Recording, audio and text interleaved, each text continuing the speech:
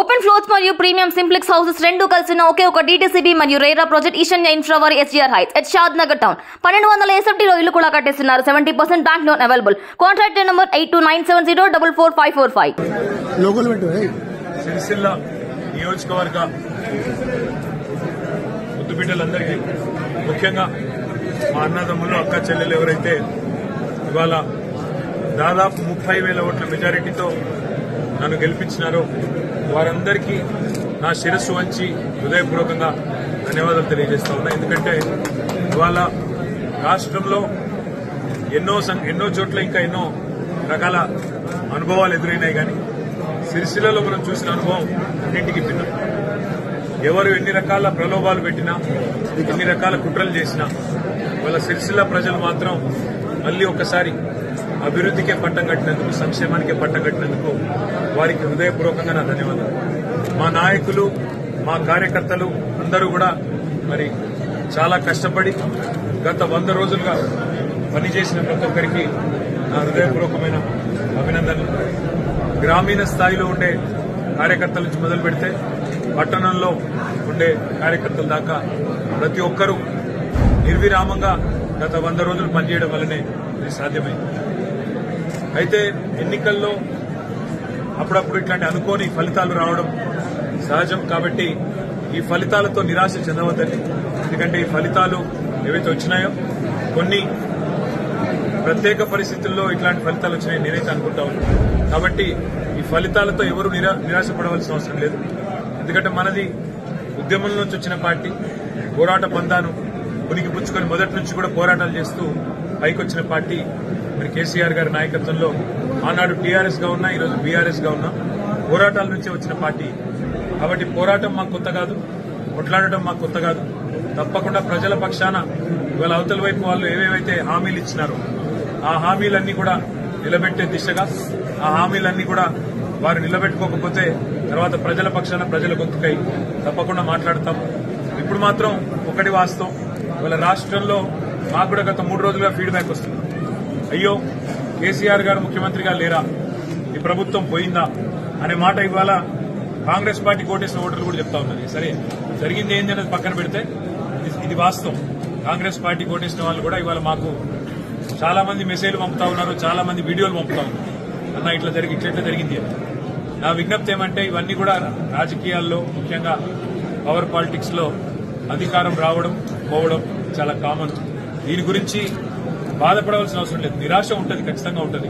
ఎందుకంటే మనం ఆశించిన ఫలితం రాలేదు కాబట్టి నిరాశ ఉంటుంది. కానీ బాధ అవసరం లేదు. ఎందుకంటే ప్రజలు మనకు కూడా 2 సార్లు అవకాశం ఇచ్చారు.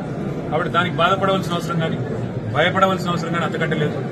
వాళ్ళ 39 మంది ఎమ్మెల్యేలు ఇచ్చినారు ప్రజలు మాకు కూడా. కాబట్టి ప్రజల విశ్వాసాన్ని నిలబెట్టుకుంటూ మాకిచ్చిన కొత్త పాత్రలు, మేము గతంలో మాకు 2 సార్లు అవకాశం ఇచ్చినారు, అధికారం ఇచ్చినారు. దానికి ధన్యవాదాలు. దానికి వినమ్రంగా రుణపడి ఉంటాం, ఎప్పటికైనా రుణపడి ఉంటాం. ఇవాళ అధికారం రాలేదని చెప్పి ఆరాటం కానీ బాధ కానీ లేదు. ప్రతిపక్ష పాత్ర ఇచ్చినారు, ఆ ప్రతిపక్ష పాత్రలో కూడా రాణిస్తాం.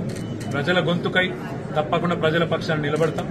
వారు ఇచ్చిన హామీలు, అధికారంలోకి రావడానికి ఇచ్చిన హామీలు ఏవైతున్నాయో ఒక్కొక్కటిగా నిలబెట్టుకోకపోతే తప్పకుండా ప్రజల తరపున మళ్లీ గొంతు విప్పుతాం.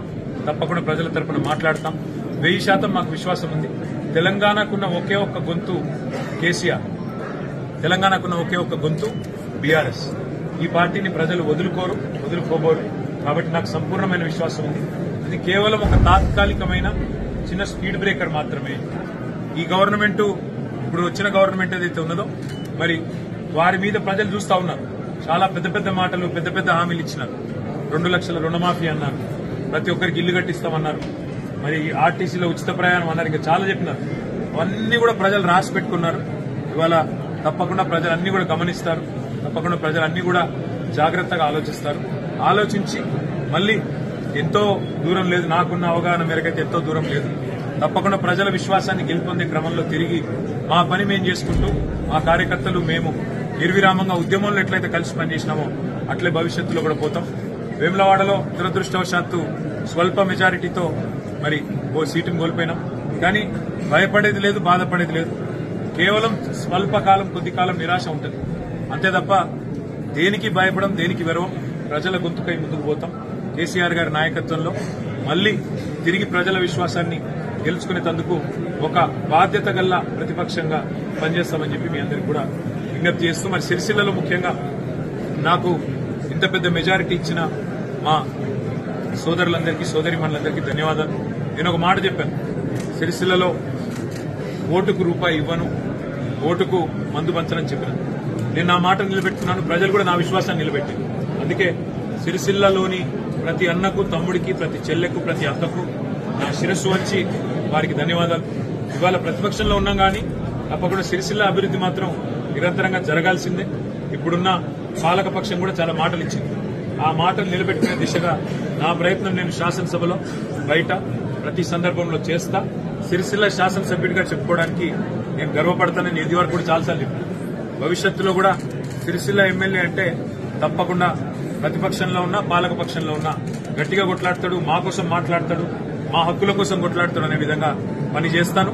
తప్పకుండా ఈ ప్రభుత్వం ప్రతి మాట, సిరిసిల్లకి ఇచ్చిన ప్రతి మాటను నిలబెట్టుకునే దిశగా వారి మీద కూడా ఒత్తిడి తెస్తానని చెప్పి సిరిసిల్లలోని ప్రతి వర్గానికి కూడా మాట ఇస్తూ మళ్ళొక్కసారి నాకు ఓట్లేసి గెలిపించిన మా అన్నదమ్ములందరికీ ధన్యవాదాలు. మా కార్యకర్తలందరూ కూడా ఎవ్వరూ నిరాశ పడవద్దు. ఎందుకంటే పోరాటంలోంచి వచ్చింది మన పార్టీ. అదే పోరాట పందాలో ముందుకు సాగుదామని చెప్పి మళ్ళొకసారి వారికి కూడా విజ్ఞప్తి చేస్తూ, మీ అందరికీ కూడా ప్రెస్ కూడా చాలా సహకరించింది ఎన్నికల్లో కూడా. మీ అందరికీ కూడా హృదయపూర్వకంగా ధన్యవాదాలు. నమస్కారం.